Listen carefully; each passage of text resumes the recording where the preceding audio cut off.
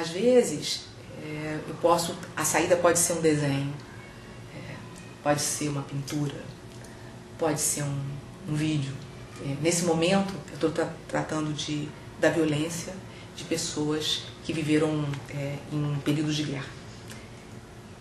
E pensando profundamente sobre o que sobra de humano quando você perdeu tudo numa guerra, né, que eu acho que é uma violência máxima, guerra / genocídio, enfim.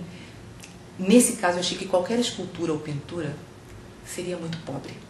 Eu acho muito presunçoso do artista achar que ele pode dar uma voz a isso, que é o que de mais dramático pode acontecer na vida de alguém. Então, acreditei que escultura não dava conta, desenho não dava conta, pintura não dava conta, e aí fomos para a ideia de fazer vídeo, que é dar voz a quem talvez não tenha voz, a quem teve uma perda sem possibilidade alguma de reposição, né? Estamos falando de vidas, né? E achei que era mais respeitoso dar voz a quem teve essa perda. Porque qualquer outra coisa que eu tentasse fazer do ponto de vista artístico seria quase uma ofensa. Eu me vejo como um corpo político. Grande parte do que eu produzo tem uma relação política, que eu gosto da definição de política da Hannah Arendt, que é esse espaço entre. Então, onde há duas pessoas, há um espaço político. Então, a minha interação com o outro, que pode ser você, pode ser a câmera, pode ser um espectador, pode ser um objeto que me interessou, um outro ser, um outro que me interessou. Então, eu me vejo como um corpo político em deslocamento. E aí, como eu vou trabalhar com isso, se vai ser de uma forma irônica, se vai ser de uma forma mais combativa, se vai ser... isso é que varia. Mas é assim que eu me vejo. E acho que você pode extrair dessa relação com o outro muita riqueza. Não digo que seja 100% disso, mas é como eu me vejo a maior parte do tempo, fazendo esses questionamentos nesse universo, né? nesse mundo aí que a gente habita. Tudo que diz respeito ao outro me interessa. Porque o outro, eu sempre digo isso, né? Não só eu que digo, acho que alguém já disse isso antes. O outro sou eu sob outras circunstâncias. Tem pessoas que são teflonadas, né? Eu não, eu sou velcrada. Tudo vai colando em mim que nem carrapicho e vai me afetando. E de alguma maneira eu sou afetada e preciso dar vazão a esse excesso. Né? Bataille falava, né, sobre esse excedente. Eu acho que parte do meu trabalho, é lidar com esse excedente. Como é que eu faço, como é que eu coloco isso no mundo, né? Nem sempre a gente coloca como a gente gostaria, nem sempre a gente tem sucesso. Né? Sucesso é curtir o que a gente faz, né? Sucesso é afetar o outro, para mim. Mas essa eterna tentativa de troca de afetos. Eu acho que é isso que a gente faz. Hoje eu faço trabalho sobre guerra, sobre genocídio. Quem sou eu na fila do pão? Como isso me desassossega, eu quero falar sobre isso. Quero tornar essa coisa tão horrível em algo palatável para alguém. Mas eu sei que eu nem arranho essa superfície. Mesmo tendo vivido na guerra até os meus 10 anos de idade, mesmo eu tendo aprendido a atirar com 7 anos de idade, eu não fiquei lá para ver tudo. Minha família se dispersou, mas ninguém morreu assassinado. Então, eu sei que eu não chego nem perto. Eu tento fazer, assim como essas histórias me fazem pensar, talvez encontrar um modo de fazer mais gente pensar. Mas seja lá o que eu falar, vai ser um pouquinho, muito pouco. E mais um pouquinho, que vai se juntar com outros pedaços de outras pessoas, e cada um falando mais um pouquinho. Eu acho que o nosso desejo, um artista, né? Como eu, pelo menos. Meu desejo é, se eu pegar 1, 2, Se eu emocionar alguém, se afetar alguém, e se isso se propagar, né? Aí eu acho que vai ser bacana. Teve um momento também que eu fiz um trabalho em que eu só contava histórias, era só a minha voz. Porque, às vezes, a contação de história é o que tem de mais penetrante, né? Pela audição. A gente é acostumado a ouvir histórias dos nossos avós, dos nossos pais, dos professores. Então, essa transmissão oral pode ter uma força violentíssima também. Então, teve um momento em que o meu trabalho era para falar sobre o que um passa para o outro, geracionalmente. E eu lembrei das histórias que eu ouvia quando criança. Então, a melhor forma que eu encontrei foi: vou contar histórias também. Tem um artista visual que eu adoro, Christian Boltanski, que ele fala: nós somos as histórias que contamos. E eu acho que nós somos as histórias que contamos. Não existe hierarquia de assuntos, eu acho. O assunto pode ser de um ovo frito de manhã até um grande acontecimento como a diáspora na Síria. Então, tudo pode ser algo muito relevante, porque eu acho que a grande questão é como você conecta essas coisas, como elas se conectam para você, digamos assim. Então, quanto maior a malha de conexões, mais tudo tem a ver com tudo e pode ser inspirador. E não acho que isso seja um privilégio, não. Acho que todo mundo tem tudo disponível. Você olha para uma nuvem no céu e vê um acontecimento.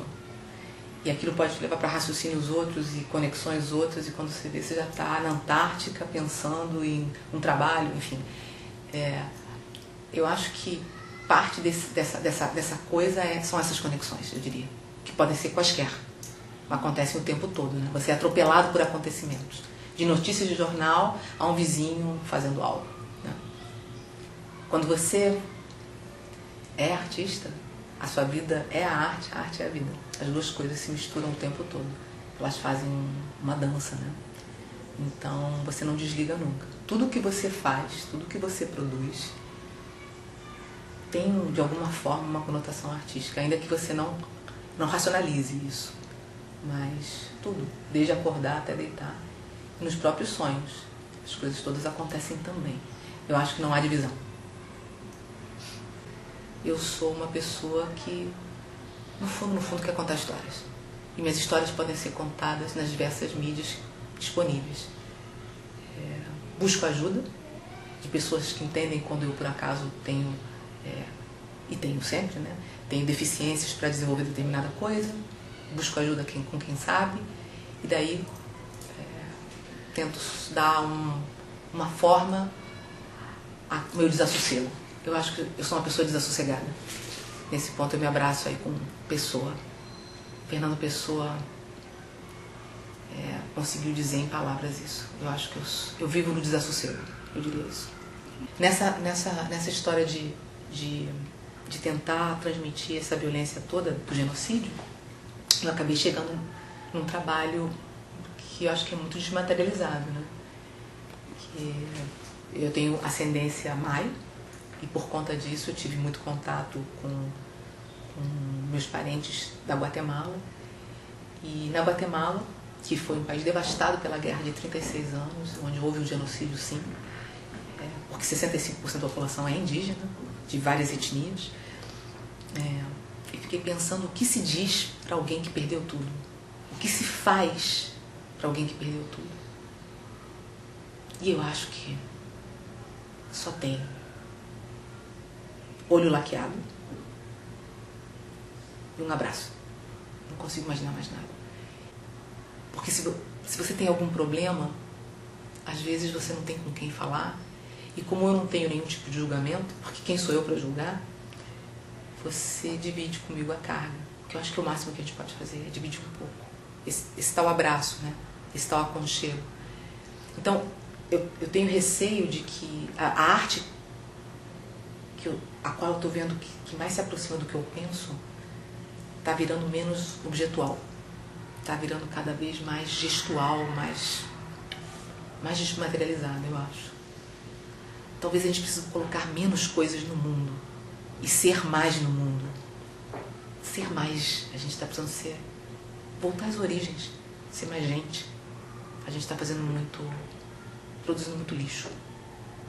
E talvez a melhor coisa do mundo não está em lugar nenhum, né? Tá aqui, tá aqui. Tá com todo mundo. A gente não precisa produzir coisas caras, não precisamos. Por acaso teve essa veste, mas essa veste veio de tecidos catados dentro da minha família. E esse lugar no qual eu entro é um lugar que eu convido o outro para entrar comigo. Me sinto muito... Me emociono estar nesse lugar. Porque eu acho uma honra o outro confiar em mim. E acho uma honra poder diminuir um pouco a carga de alguém. Eu acho que isso é sucesso. Acho que isso é o que eu gostaria de fazer pro resto da minha vida. Acho que é isso. Não que eu não goste de quadro bonito, pelo amor de Deus. Adoro quadro bonito, adoro. Adoro. Mas eu não quero produzir quadro bonito. Eu quero produzir afeto. Eu quero falar de afeto. E se a gente afetar alguém, aí valeu tudo. Valeu tudo. Se a minha obra tiver ponto final, talvez seja um fracasso meu.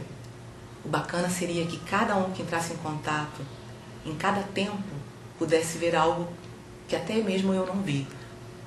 É como quando você lê um livro, ou relê um livro. Eu já li livros jovem e já li livros bem mais velhos. E eu já não era mais a mesma. Então aquela obra primeiro que aquela obra não estava fechada com aquela pessoa. Porque depende do cognitivo, depende das experiências de cada um. Nós podemos ler o mesmo livro e vamos ter perspectivas absolutamente diferentes. Ainda bem. E você vai poder trocar comigo e eu com você as nossas diferentes visões. E daqui a 10 anos eu vou ler o mesmo livro.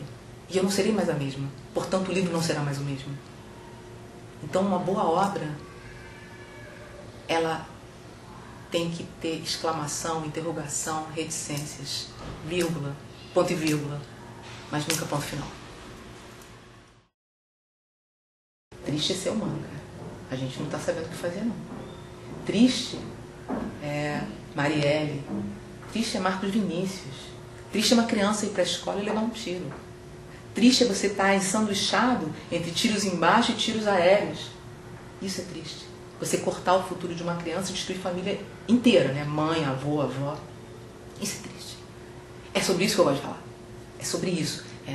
O que fazer com isso? Nada vai trazer esse rapaz de volta. Aquela mãe, né? A mãe do Marcos Vinícius falou assim: e meu filho morreu com sede. Caraca. Se ela soubesse, estamos todos morrendo de sede. Ela criou, sem saber, uma das frases para mim mais potentes que eu já vi nos últimos tempos. Ele morreu com sede. Porque acho que quando ele foi operado, como ele teve deslaceramento dos rins e estilhaços em outras partes, ele perdeu o baço, enfim, ele não podia beber água, eu acho. Porque ainda tentaram fazer uma cirurgia, né?